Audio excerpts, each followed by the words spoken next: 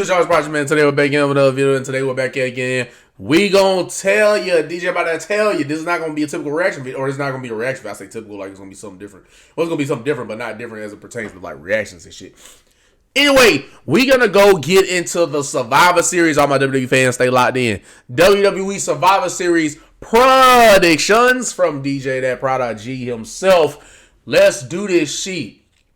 So I would pull up like what the matches are and shit, but I know exactly what we dealing with. So what we gonna do is tell you, we're gonna predict who's gonna win the match, why we think so, and that's pretty much. And I maybe like the booking going forward and stuff like that. But anyway, let's go ahead. Unless there's another match, there's only 4 matches on this shit, so I don't know what the fuck going on. I don't know why we don't have at least 5, but. Maybe because they think the Wargames matches are going to go long, just like how they'll be thinking, oh, well, the Elimination Chamber matches go long, and this, blah, blah, blah. Anyway, first match, we're going to go for the big, we're going to go for the Women's Wargames match. It's going to be, if I'm not mistaken, on the heel side of things, it's going to be Nia Jax, who else? Oh, Nia Jax, Lash Legend, Kabuki Warriors, and Asuka and Kairi Sen. And then you got the good old former Intercontinental Women's Champion, Becky Lynch.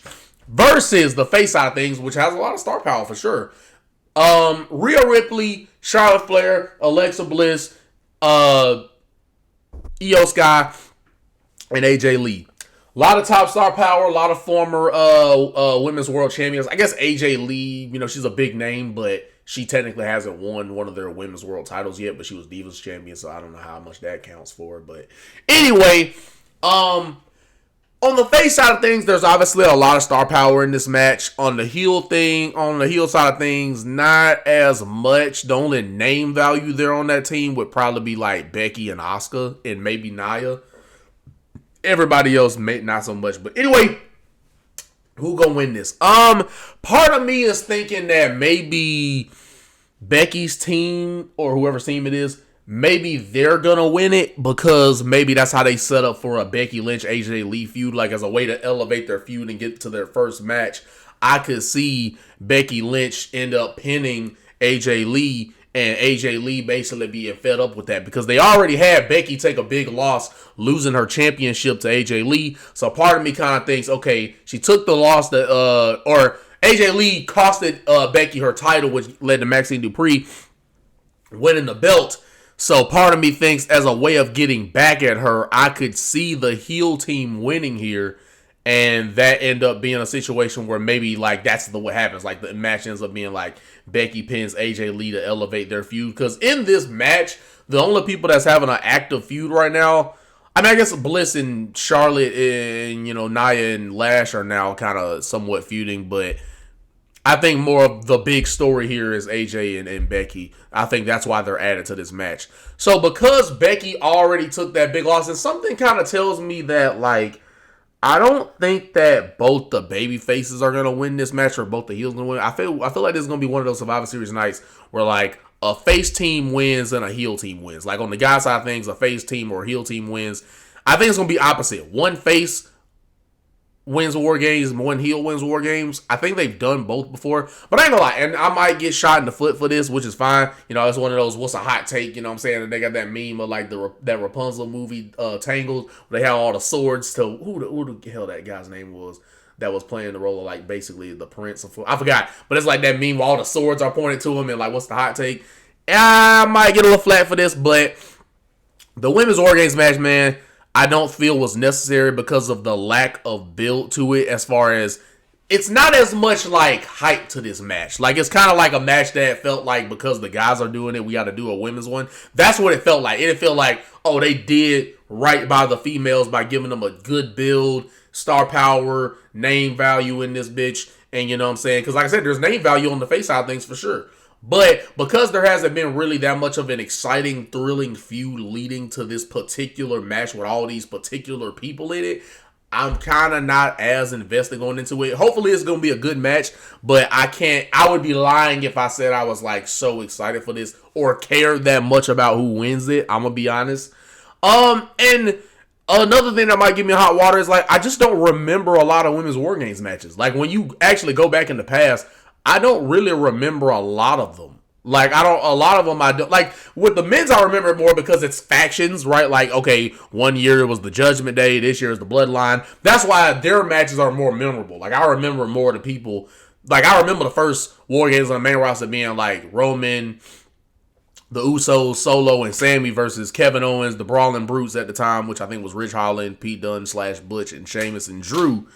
Kevin Owens was on the other side too. Like I remember that. Like I remember everybody that was in it, right? The one where Punk returned was the Judgment Day of Priest, Finn, Dom, JD McDonuts, and McIntyre versus what was it? Cody J, Seth, Randy Orton, and who else was on their team? Cody, Seth, Jay, Randy Orton when he came back as the fifth member and shit. Who was the last guy? Cody, Seth, Jay. Why am I blanking on remembering the face who was on that team? Wow, I'm blanking. I remember 4 out of 5. Why am I not getting this last one? I feel like if I don't get this last one, it's like what the fuck? I can't not get this last one. Who was the last member? It was Cody, Randy, Seth, Jay. Who was the other babyface in that match? Why am I not able to remember? Why am I blanking on who that other? I gotta look it up because I can't not get this. Because I know that was when CM Punk came back at the end, but I forgot who their other member was.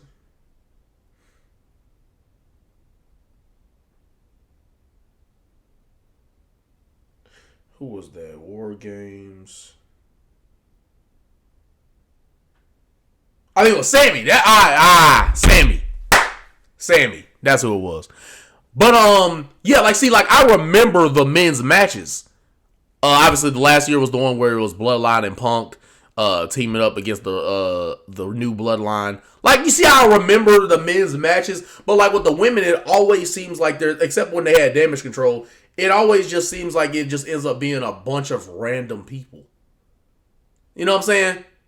Even if they have some type of, history a little bit, it just always seems like a lot of random people to where it's hard to remember who's in these matches.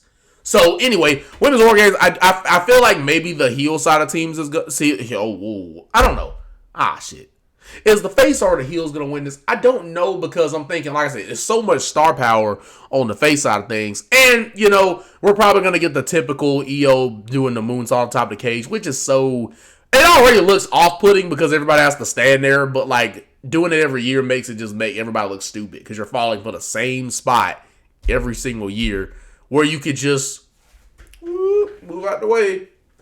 But anyway, hopefully it's going to be a good match out of the way. I might have the heel team winning because I could see Becky taking such a big loss, the heels getting some type of, like they're fueling a story momentum by having Becky get in there and win and get the pin. I'm gonna stick with my first mind, and it's that's what's gonna happen because every time I change my mind, I end up being wrong. So hopefully that match is good. And like I said, I think this match is gonna be used to fuel the AJ Lee Becky feud since they have not had a singles match yet. Anyway, moving on, we got my boy John Cena. Actually, let's say that for the co-main because the second one is a little more predictable. Stephanie McIntyre versus Nikki Bella. Now, I know Team Fearless is running wild on you, but I am not really a big Nikki Bella fan. I just don't really see... I just personally like have not heard any captivating promo. I've not seen really any great storylines. Because even when she did the shit with Becky, the only thing memorable from that was when she just freaking butchered Nikki for the whole John Cena shit. And that they could have been the most powerful couple like how her and Seth is, but she ain't seeing them no more. That was actually a cold fucking line that popped the crowd, which is usually what a babyface is supposed to do, is like have that line that makes the crowd go, oh yeah, he really got you there. The heel's supposed to have that just despicable line, like, oh, you, like, this person's mean as hell type of line. But the baby face is the one who's supposed to get the big pops, like, oh, they got you type shit. But anyway, that's all I remember from that, because the match wasn't very memorable. And yeah, it's just, I haven't really seen a lot of great, maybe that could change, but I have not seen a lot of great content from Nikki Bella since she was at the Royal Rumble. That being said, I think Stephanie Vaquero should win this match, because I think this is like her first title defense, right? Or one of her first title defenses, because she had the match where she beat Tiffany Stratton, who was like on an undefeated streak this year. And I think that was it, right? Because I don't think she really defended the belt. Or if she has, this is her first PLE doing it. So, anyway, Stephanie should win this match, because this feud has not really been anything. I mean, all they've done is have Nikki turn heel and cut a very short, not really memorable at all promo, basically saying that she's going to be at the top of the division, I guess she was saying. So it ain't enough fuel to the fire to that match. So we're going to go ahead and say that, unfortunately, Nikki Bella will be an unfortunate victim of, unfortunately, having one of the least anticipated matches, because this is how it was with Clash at Paris. She had one of like the least anticipated matches.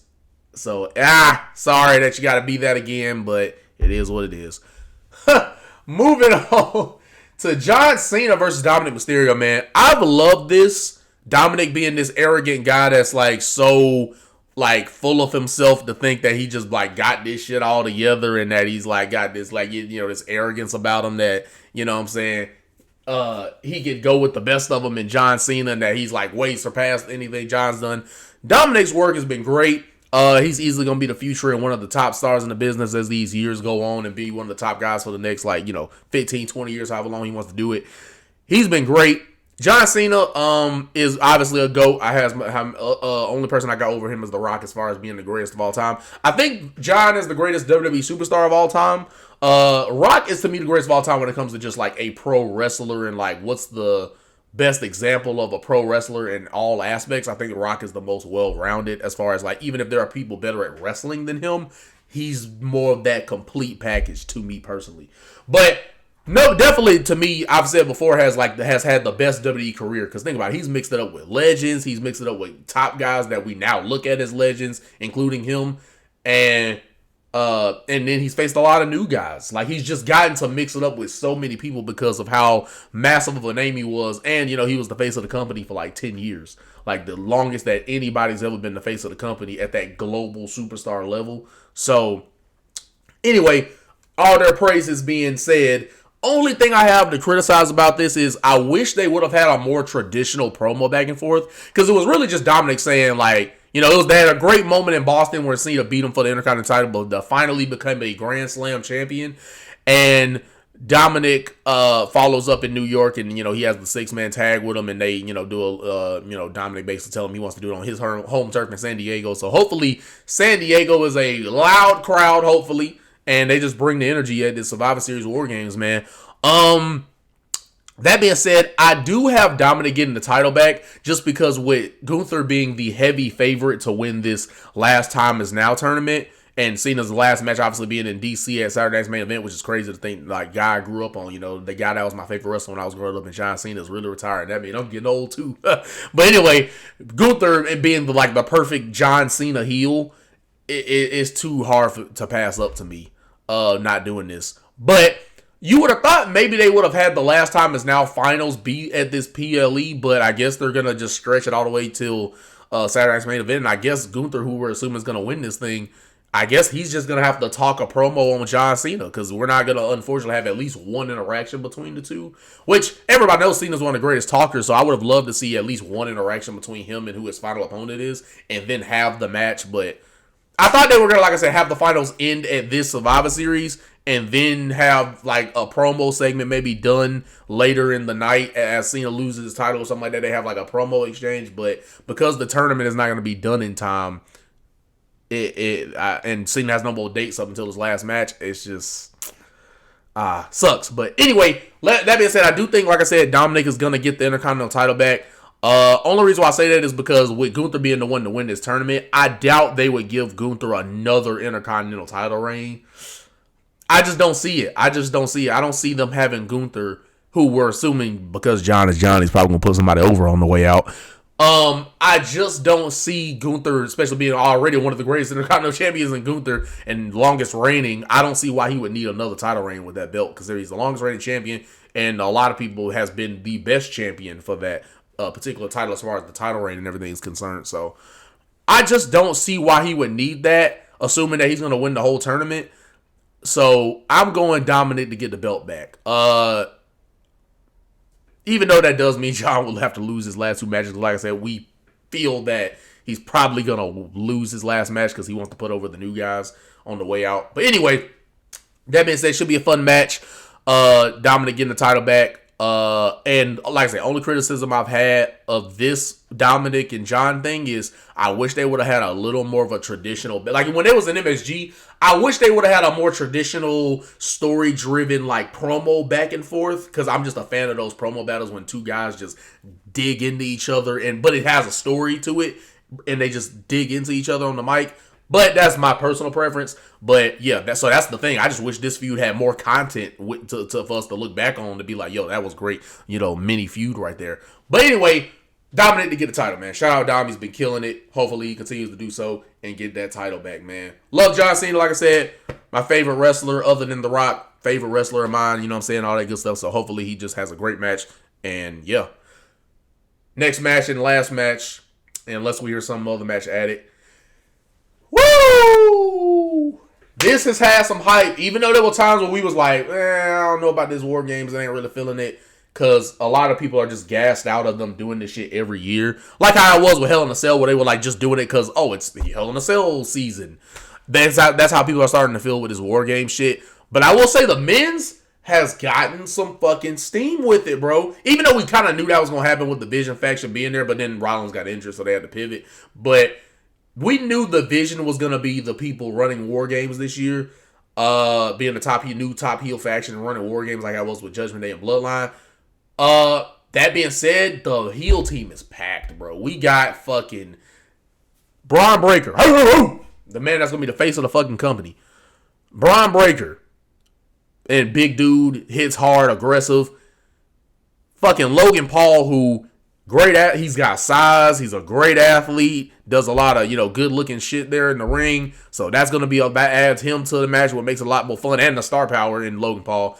Bronson Reed, been building him up, and he's a big fucking guy. I mean, I think he's the heaviest person in that match. And this is a team that has freaking Drew McIntyre, who's a tall, fucking terminating heavyweight guy, and Brock Lesnar. When Bronson Reed is the heaviest in the match, and this is in a match that has Brock Lesnar and Drew McIntyre, it's a problem.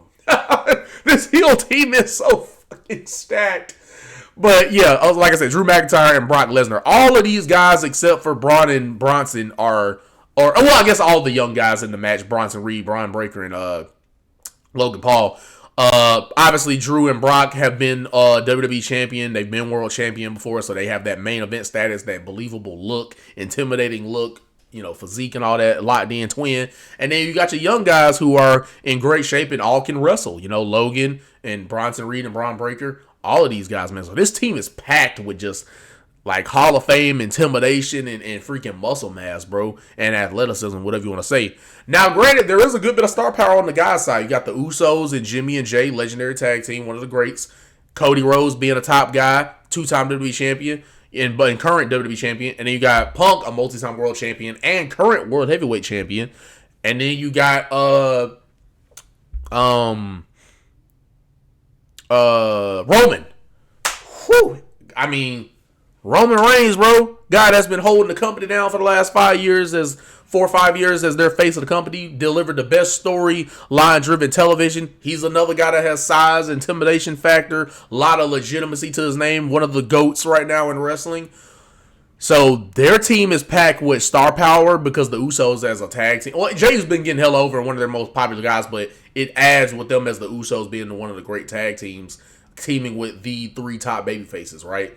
Cody, Punk, and Roman. So a lot of legitimacy on that team, and including Jay, all former or current in Punk and Cody's case, world champions. So a lot of star power on the men's side of things on the face team. A lot of star power, and on the guys side of things, There's star power, but there's also just a lot of legitimacy with these freaking, because all these guys, like I said, got size, are aggressive, or in Logan's case, very athletic.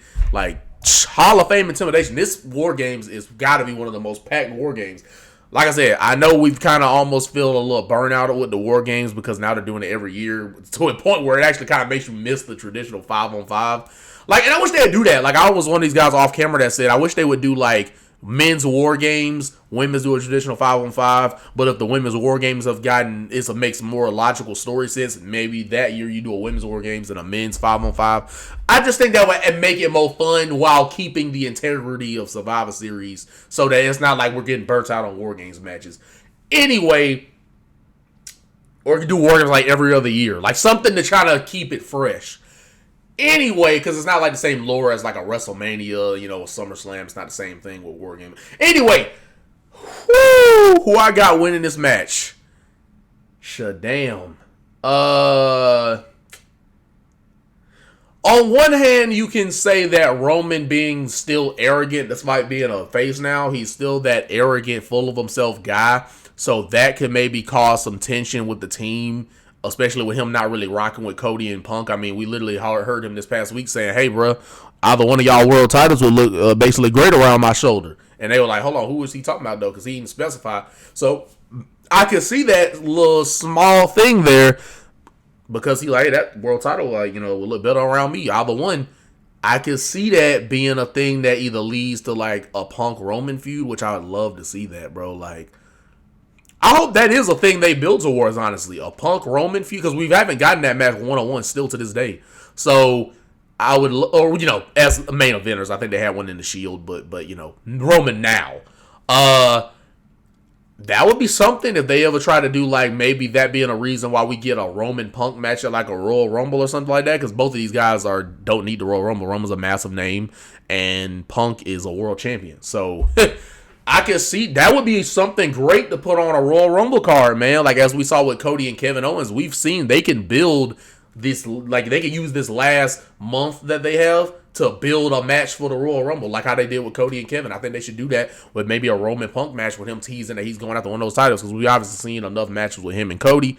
So I could see that Roman's arrogance and stuff, and not really being a team player outside of with his family, being the Usos. I can see that costing them the match. But you could also see them telling that story of maybe setting up that potential Beast versus Beast match with Braun Breaker and Braun Breaker and Brock Lesnar, right? Like, because Heyman is basically, he's been managing Braun Breaker and Bronson Reed. So I could see that being a situation where, like, Braun Breaker being the new school, being that arrogant kid who wants to make a name for himself now. He don't want to be, like, when he took out Seth, it perfectly tells the story of, like, this Braun Breaker, right? The real big dog, other than Roman, the real big dog, and Braun Breaker he's wanting to do this shit quick. Like, he ain't trying to, you're going to be the guy for the next 3 to 5 years. No, I want to be the guy now.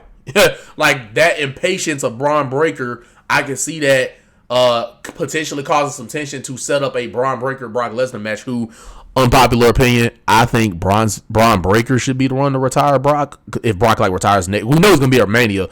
And I do think they should do, like, a Brock Gunther match, but I think his last match could be, like, a Braun Breaker being, like, I can see Brock Lesnar losing to Braun Breaker as a way of passing the torch. That Braun Breaker is, like, the new beast of this era. I could see that being the case instead of doing that with Gunther, because he's already a 2-time world champion, long-term Intercontinental champion. Most likely is going to retire John Cena this year. So I think to give something to the new talent in Braun Breaker, that should be a match next year. Braun Breaker and Brock Lesnar. Now, I do think at Mania they should do the Brock Gunther match, but I think maybe Brock retires at, like, a SummerSlam next year, and that go in an instant match with Braun Breaker. I think that's what, and Brock, I think, has the most SummerSlam main events, so that's why it would be synonymous to do it at, like, a SummerSlam. But this is all dream thinking. They have not teased this at all. That being said, just throwing some fun ideas out there, I don't know who I think is going to win. Team Punk, Cody, whoever you want to say. Team Punk, Team Brock, or Vision. Team Vision, Team Brock, or Team Brock. Team Vision or Team Cody, whatever you want to call it, versus Team Cody. I guess I might go with... I don't know who the. I don't know. I feel like there's gonna, because I could say the faces are gonna win because maybe, but they haven't really teased anything about the heels not getting along. Like if you've noticed that there's been no problems on the heel team. So part of me thinks maybe both the heels are gonna get the win. Nah, but then it would be too many heels winning, because if I got Dom winning and then the women's War Games having the heel team win, yeah, because then there's like no baby faces basically will win this whole night other than Stephanie. So that's like because the only reason why I think that the heel team might win, other than the fact that there's a lot of beef on that team in terms of like size, only reason why I would have baby faces slightly losing is because when Roman said, hey, either those titles will look better around me, and they're kind of told that brief story of that, hey, there might be some struggle with these guys getting along. That's the only reason why I have any indication that maybe these faces will lose. But you could also say that, like, Brock is not a team player. Brock does whatever he wants. So maybe that could have the heels end up winning, because, Brock at the end of the day is going to do whatever he wants. So, and, one has to ask, does the Vision need this win? Do they need to make the Vision look strong? See, it's kind of tough. Because, or maybe it's the other way around. Maybe in the women's War Games, maybe AJ pins Becky, and that leads to the match. I don't know. It's so much going on. Let's just say this. It's hard, because I do think they're going to have a face team and a heel team win. I don't think they're going to have two heel teams win or two face teams win the War Games. So, I know I said I was going to change my mind. I don't even care about being wrong at this point. Let's say the women's on the face side of things, let's say they get the job done earlier in the night, and for the men's War Games, I'm going to go the heels winning. Let's just do that. Because the guys on the face side of things have won a lot. Like, think about it. Last year, the faces won. The year before that, the faces won. Right? They beat Judgment Day. I think the heels have to get the job. Like, it's hard because, like, Brock is not a team player. So I can see that costing their team. But then Roman has also showed that he's only really going to show loyalty to his family. He don't care about Cody and Punk. This is too fucking hard, bro. This is W1 predictability. There hasn't been any clear indication of who's going to win this match.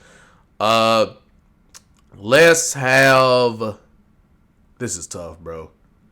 Let's have the heel team for the guys win and the face team for the girls win. Let's go with that. I don't even know at this point. I'm probably going to be wrong.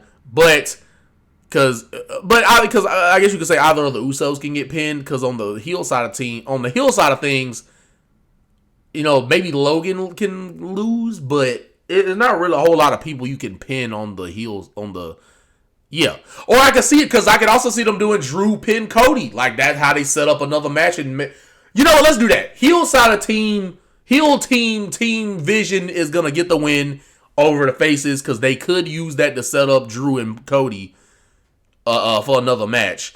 And then I'm going to have the face side of things with the girls win. Maybe AJ Lee pins Becky or something like that, and that leads to Becky and AJ having a match, and Becky could get the first win there, whatever. Anyway, I'm probably going to be wrong. I don't have a problem with it.